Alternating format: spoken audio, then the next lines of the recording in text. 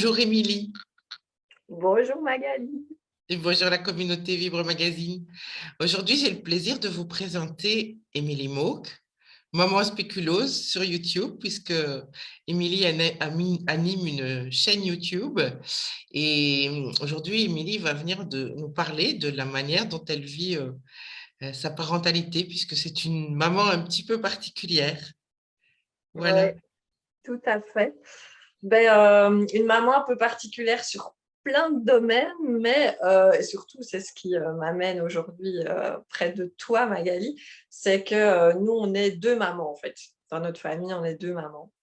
Avec Valériane, on est en couple depuis 14 ans. D'accord. Euh, C'est une oui, histoire qui 14 ans. dure. Oui, oui, oui, c'est une histoire qui dure. On s'est rencontrés parce qu'on habitait ensemble pendant nos études. Mhm, Et voilà, donc on est mariés depuis 10 ans. On mhm. s'est mariés sur la grande place de Bruxelles, la Waouh. classe. Ouais. Et voilà, et on a 3 enfants.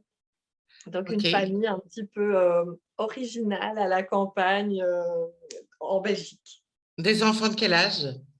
Alors j'ai ma fille aînée qui a 6 ans. Et puis Mhm. j'ai des jumeaux, Mia, Mathéo, qui ont 3 ans. Donc c'est bien D'accord, sportif chez nous. j'imagine. Et qui a porté les enfants? C'est moi. C'est toi pour les Ouais. trois? Pour les 3, oui. La question s'est posée et en fait, on y a répondu assez rapidement. Moi, c'était viscéral depuis que j'ai 15 ans. D'accord. Je savais que je voulais être enceinte. Je Mhm. savais que je voulais une famille nombreuse. Oui. Et ma femme, moins. La question se posait moins. Et donc, voilà, on a fait comme ça. Comme on le sentait, on s'est dit, bah non, c'est moi. Ça semblait logique, en fait. Vraiment. D'accord, d'accord. Et bon, ben, c'est une famille particulière. Comment ça se passe? J'ai eu l'occasion de voir une vidéo de ta grande fille Ouais. qui explique comment elle le vit et c'est assez magique parce que ben, pour un enfant, c'est normal. Alors, il y a quelque chose qui m'a étonnée dans cette vidéo, c'est qu'elle dit qu'en fait, pour les adultes, c'est facile à comprendre, pour les enfants, ça l'est moins, et qu'ils posent des questions. Et personnellement, j'aurais imaginé le contraire, que les enfants soient plus ouverts et les adultes aient un peu plus de mal. Alors, voilà, c'est pour ça que je viens vers toi avec cette question-là, parce qu'elle m'a interpellée. Mais c'est vrai que moi, souvent, je suis plutôt confrontée à des adultes qui ont plus de mal, mais c'est des adultes d'une autre génération. Et je pense Mhm, qu'elles, les adultes qu'elles rencontrent, sont plutôt de ma génération et donc sont au courant de toutes ces nouvelles familles et donc mhm, vous ne vont plus poser des questions comme les générations d'avant peuvent le faire. Et à l'école, oui, elle a été confrontée plusieurs fois à des enfants qui comprenaient moins notre famille. C'est tout bête, mais par exemple, à la sortie de l'école, les institutrices vont dire ah, ben, c'est l'heure des papas et des mamans. Des petites phrases comme ça qui, du coup, la faisaient tiquer un petit peu. Et or, c'est toujours moi qui vais les chercher à l'école. Et une fois, Valériane, ma femme, est allée et ils étaient tous perturbés. Ils d'accord. demandaient tous, mais c'est qui cette dame? Et c'est là que je me suis rendu compte qu'en fait, Cléo n'en avait jamais vraiment parlé dans sa classe. Et donc, je lui ai demandé, est-ce que tu veux qu'on en parle? Est-ce que tu veux que je leur explique? Parce que c'est pas toujours évident pour un enfant de trouver les mots. Mhm, bien Surtout sûr. que pour elle, c'est tellement son Normal et quotidien, évident. sa normalité à elle, que voilà, c'est ce que je dis dans la vidéo, c'est un peu comme si on demandait à un enfant, ben, c'est qui ton papa? Ben, un enfant a du mal à répondre à cette question en général. Ben, mon papa, c'est mon papa. Enfin, voilà. Et c'est ce qu'elle avait répondu, en fait, ben, ma Ama, parce que c'est comme ça que Oui, les enfants l'appellent, Ama. C'est ma Ama, c'est tout. oui, Et du oui. coup, ça avait pris une ampleur un petit peu parce que du coup, les institutrices se disaient, ça y est, elle a du mal à vivre avec ça, elle ne sait pas expliquer.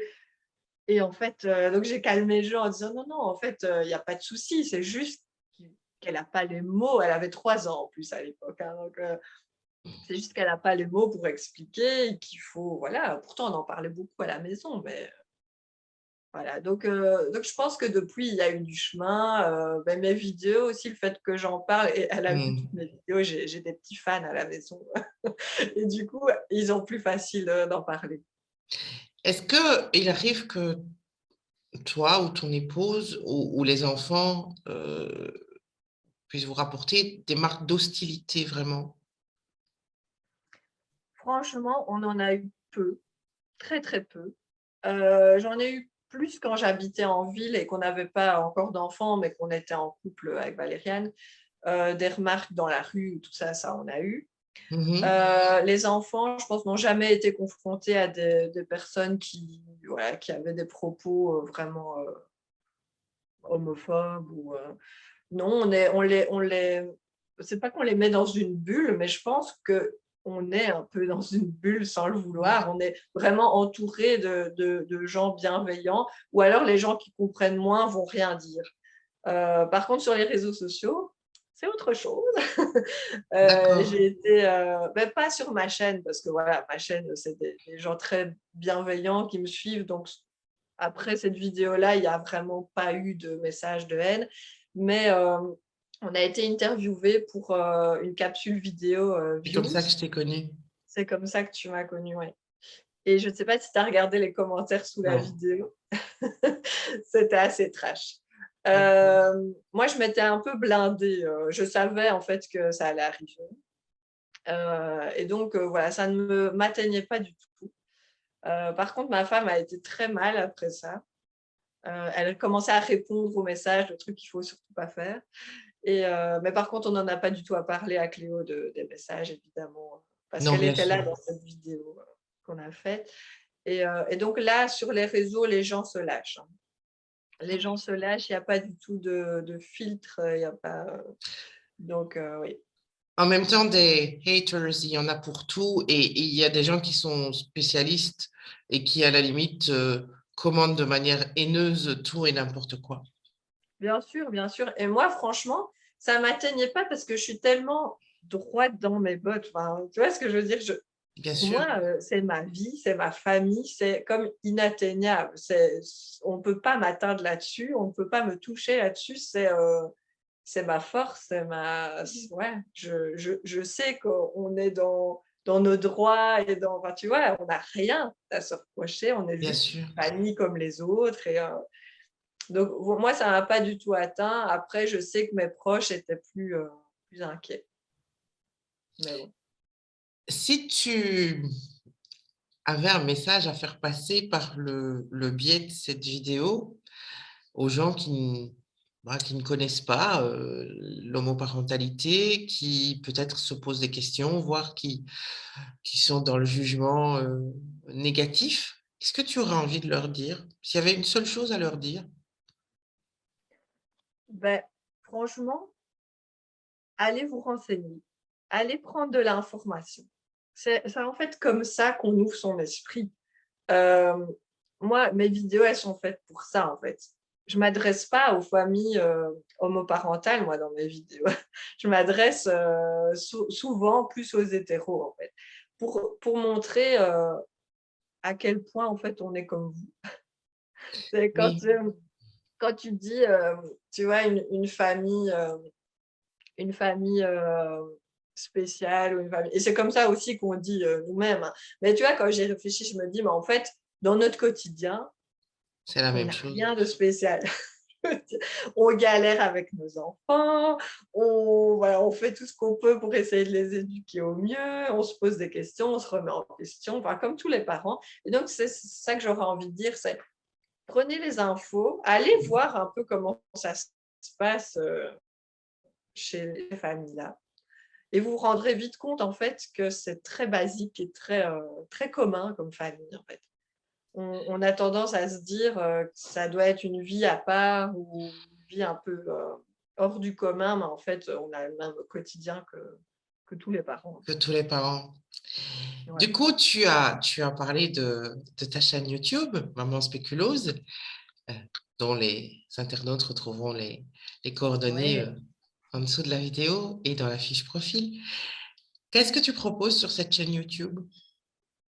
Bah, moi, je parle de parentalité de manière générale. Mhm. Et c'est là qu'on voit qu'on vit la même parentalité que les autres, c'est qu'en fait, la plupart des mamans qui me suivent sont pas du tout en couple homoparental, elles sont en couple hétéro, mais s'y retrouvent parfaitement. Et donc je parle de parentalité bienveillante, de burn-out parental, burn-out maternel. Je parle d'homoparentalité aussi, bien sûr. Je dirige vers des livres si on a envie de se documenter là-dessus, si on a envie d'en parler à nos enfants. C'est super important. Donc voilà, j'aborde plein de sujets de parentalité, mais de manière très générale.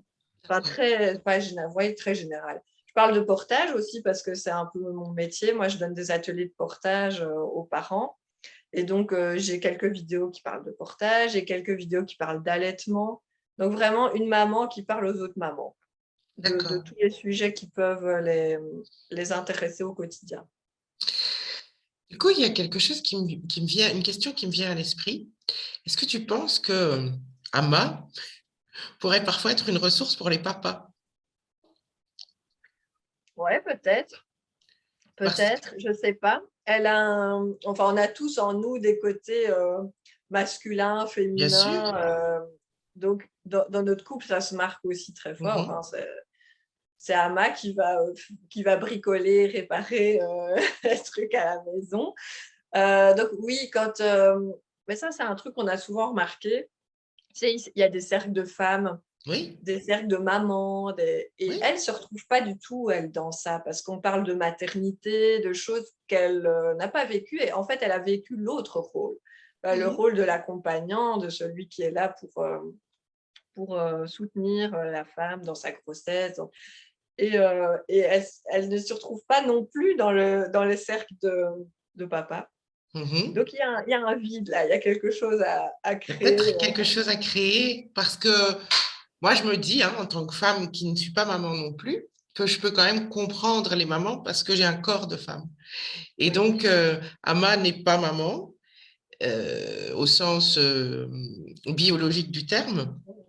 Elle est pas papa non plus tout à fait, mais il y a Non. peut-être un pont à faire entre les mamans et les papas Oui, oui, tout à fait, tout via à Ama. fait. Enfin, Ouais, voilà. tout à fait. Et ça se marque aussi dans les fêtes, enfin, la fête des mères, la fête des pères. On s'est posé la question de qu'est-ce qu'on allait faire parce qu'en fait, on avait envie d'avoir chacune notre moment, quoi, Bien notre fête. sûr.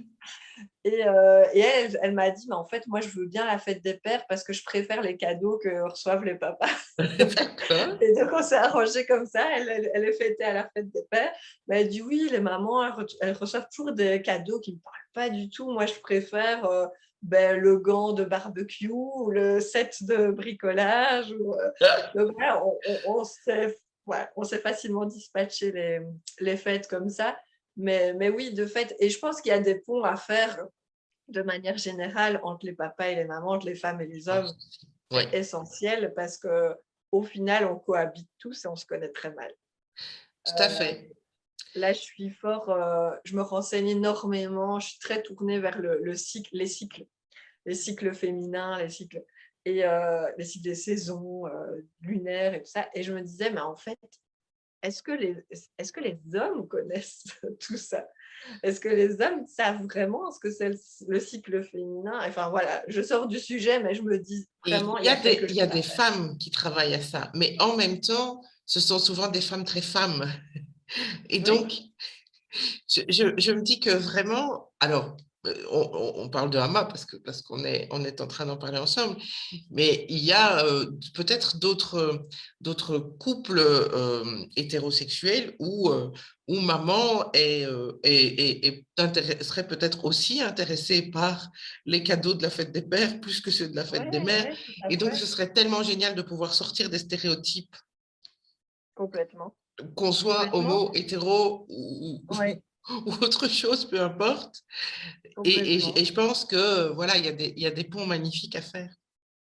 Oui, oui, oui, ouais, vraiment, il y a des clichés qui ont la vie dure là, mais en fait, tu vois, il y en a certains qui amènent l'idée de faire une fête des parents.